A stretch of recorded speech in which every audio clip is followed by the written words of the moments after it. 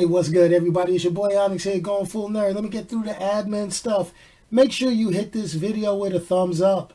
Make sure you hit the subscribe button and the bell to get notified when I post videos, go live, and all that good stuff. Make sure you follow me on Twitter. That's at Onyx, ONYXXX1969. And also make sure you check out the podcast on Spotify, Apple Podcasts, and its home, anchor.fm/goingfullnerd. And as always, check out goingfullnerd.com. Now, I got the Spider-Man shirt. I got the Marvel hat. You know what I'm getting ready to talk about. Basically, it's the custody battle that no one wanted, okay? No one wanted. Spider-Man Disassembled. It kind of reminds me of that line out of Endgame, you know, where it's like, Cap, I lost the kid. And it's like, no, Tony, we lost the kid. No, pretty much the fans are losing the kid right now. Now, this is the thing. This has to be one of the most confusing custody battles that many of us fans are trying to figure out, okay? Just like a real life one, who does this hurt the most? Does it hurt the parents or does it hurt the kids? Or shall I say, the fans? Now, this is the thing. Everybody wants to blame Disney or Sony, but this is not a moment to take sides because, you know, from my humble opinion, each group is equally to blame or to commend for the most recent success or failure of this current Spider-Man franchise. You know, the bottom is, the question is not why should Spider-Man remain part of the MCU, is can Spider-Man work without the MCU? Okay? I'm not going to answer that question, but that's the question I want people to ask. You know, things are always better when they're together than when they're apart. Bottom line, the parts are never stronger than the whole. That's simple truth. Okay.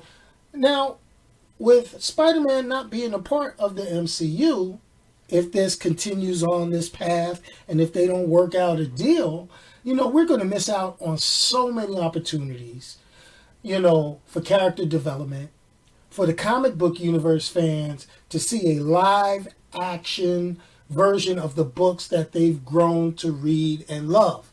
Okay? You know, I can understand. I call myself YouTube's most ignored. And the thing about it is the bottom line about everything is money. Can you make money for me? Or have you made money for me? Or is there money in this for me? That's what people think. Okay? And sometimes I could wish these multi-billion-dollar corporations would look at it from a layman's point of view, which is sometimes you have to give a little to get a little.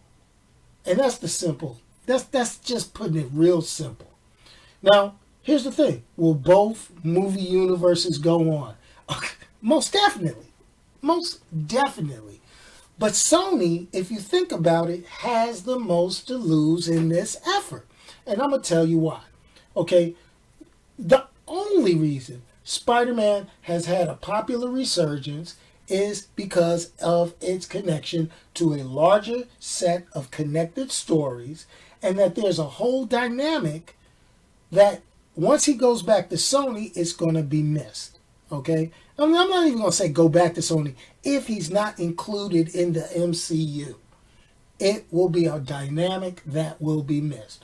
Okay? Now, I'm going to be honest. Marvel Studios is going to find a way to make us forget about Spider-Man. But Sony can't make you forget about the MCU. Okay? Also, Sony should think about this.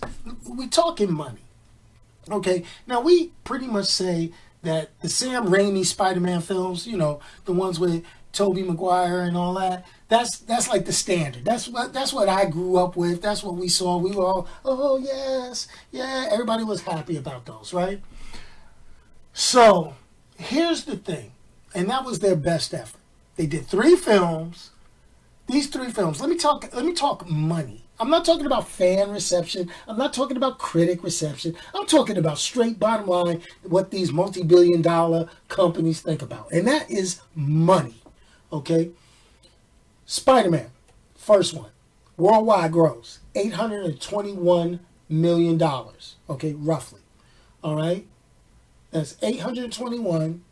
Wait a second. Let me call it out right. $821,708,551. That's from the time I looked it up. Worldwide gross. Spider-Man 2. Worldwide. $783,766,341. Boom. Spider-Man 3. Worldwide gross. This is the worst out of that trilogy. $890,871,626. Worldwide gross as of the day I recorded this video. Then somebody said, you know what? We're not going to make a Spider-Man 4. We're going to stop this. Sony, we're going to sit back. We're going to hold on till we have to make a Spider-Man movie to hold on to the rights. And we're going to reboot it. And they did it. Andrew Garfield. They pulled it out. We all watched it. We watched it. We watched it because we fans. We fans of the character. We fans of Spider-Man. All right? Boom. First movie. Amazing Spider-Man. All right? Worldwide. $757,930,663. Okay, cool with that. I could dig that. Amazing Spider-Man 2. Remember the one with Jamie Foxx? He had the jacked up hair with the face looking like this, and he played Electro. You remember that one, right? The one I got this shirt from. Got it? Okay. Worldwide gross, $708,982,323. Notice we going down. I just want you to see that. We're going down. That's what's happening. So now, here you go. This is what goes on. Sony, somebody got it right. Marvel Studios, they built up. They grew on their own. They started getting stuff back, working with third-tier characters. Got to be a movie powerhouse when it came to the superhero genre. Okay? Got the backing of the mouse. Okay? You hate them all you want, but you got to get the backing of that mafioso mouse. And Spider-Man, Homecoming. We're not even going to talk about the intro of Spider-Man and Captain America Civil War. We're not even talking about that money. Okay? Just because you under rules. We ain't thinking about that, right? Spider-Man Homecoming. First Spider-Man solo film in a minute.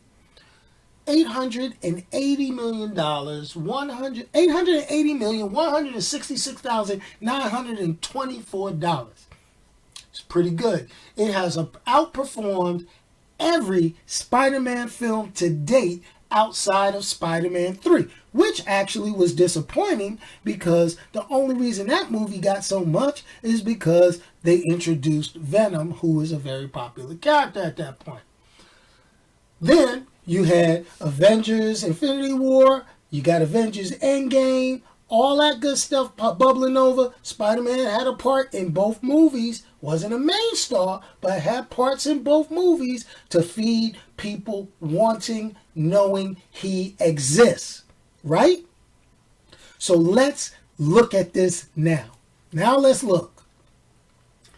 Boom. Spider-Man, Far From Home. $1,110,000,000. Hold on. $1,110,357,640. It crossed the 1 billion mark. All right. So now let's talk. Let's start totaling these things. So the Sam Raimi trilogy in its entirety worldwide pulled $2,496,346,518. This is 3 movies hitting that milestone of almost $2.5 billion. Okay? Now, The Amazing Spider-Man, the one with Andrew Garfield, It only pulled, with the 2 movies before they canceled and said, yo, we not doing this no more, $1,466,912,986. They did that. That's cool. I'm good with it. We're going to deal with it. Marvel Studios team up. We not talking all the cameos. We just talking the Spider-Man centric movie. 2 movies. $1,990,524,564 worldwide. All of these totals are worldwide. So think about this, folks. Think about this. You only got 2 movies in, and if you even pulled the amount that the lowest Spider-Man movie made, which was Amazing Spider-Man 2, you add $708 million to this. That means the last Spider-Man movie of the trilogy of this new Tom Holland Spider-Man trilogy, if you just bottomed out with the lowest amount made by a Spider-Man movie, you would surpass the original trilogy. Do you understand me, folks? You would surpass what the original trilogy made. But that is because of how the character was built up with supporting cast members and a connection to something bigger. It wasn't Spider-Man trying to hold the weight of the whole franchise on his shoulders. Think about it. So I'm just saying, it is safe to assume that this current iteration of the character has outperformed its predecessors, completely solidifying Tom Holland and this Marvel Studios collaboration version of the Spider-Man series as the best of the best. Now, at Sony, I'm going to talk to Sony Pictures. I'm going to talk to you. Marvel Studios, I'm talking directly to you right now. Y'all need to fix this. Y'all need to get together. Y'all need to make up. Y'all need to hug. Go to counseling. Okay? Go to couples counseling. That's what you need to do. Because this is the thing. Don't take this character from his family. His family is the greater Marvel Cinematic Universe. There are so many things that this character cannot do by itself unless you two organizations collaborate. I'm just saying, there is a friendship between the recently acquired Human Torch from the Fantastic Four and Spider-Man that could so be just looked at, cultivated inside of the MCU once the Fantastic Four is introduced, because then this guy is going to be old enough in the movie universe to be on par with his friend Johnny Storm. I'm just saying, work with me, folks. That's all I'm asking. Work with your fans. You know, I'm not going to sit here and talk about hashtag save Spider-Man, hashtag boycott this. No. Both companies are to blame. All right? This is what needs to happen. Yo, Marvel Studios, issue out some money, give them creative guidance, keep on the co-producing tip. Sony, don't be greedy. Don't be greedy, okay? $500 million is better than a whole bunch of nothing, okay? I'm just saying. You have proven you cannot write, create, and manage a Spider-Man series. Don't let Venom fool you. Don't let the Venom success fool you. People were watching Venom hoping you had an Easter egg in there so they could connect them to the MCU. I'm telling you this. I'm telling you this.